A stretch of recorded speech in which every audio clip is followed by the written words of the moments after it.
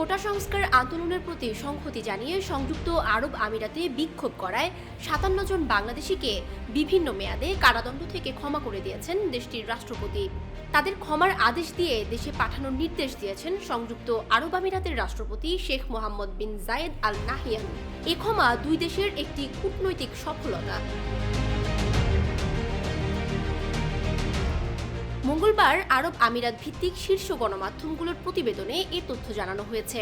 প্রতিবেদনে বলা হয়, সংযুক্ত আরব আমিরাতের প্রেসিডেন্ট আমিরাতের বিভিন্ন জায়গায় গত মাসের বিক্ষোভে জড়িত বাংলাদেশি নাগরিকদের ক্ষমা করার আদেশ দিয়েছেন। এছাড়া দোষী সাব্যস্তদের শাস্তি বাতিল করার পাশাপাশি তাদের পুনর্বাসনের ব্যবস্থা করার নির্দেশ দেওয়া হয়েছে।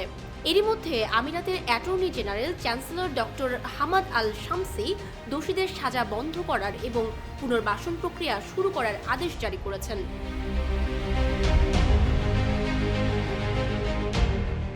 সংযুক্ত আরব আমিরাতের সব নাগরিককে দেশের আইনকে সম্মান করার আহ্বান জানিয়ে অ্যাটর্নি জেনারেল বলেন, মত প্রকাশের অধিকার রাষ্ট্র এবং এর আইনি কাঠামো দ্বারা সুরক্ষিত।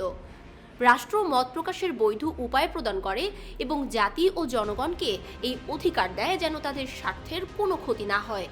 গত ২২ জুলাই ৩ জন বাংলাদেশিকে যাবজ্জীবন কারাদণ্ডে দণ্ডিত করা হয় এবং আমিরাতে দাঙ্গা ও বিক্ষোভের জন্য কারাগারে থাকার পর আরও ৫৪ জনকে পুনর্বাসনের আদেশ দেওয়া হয়।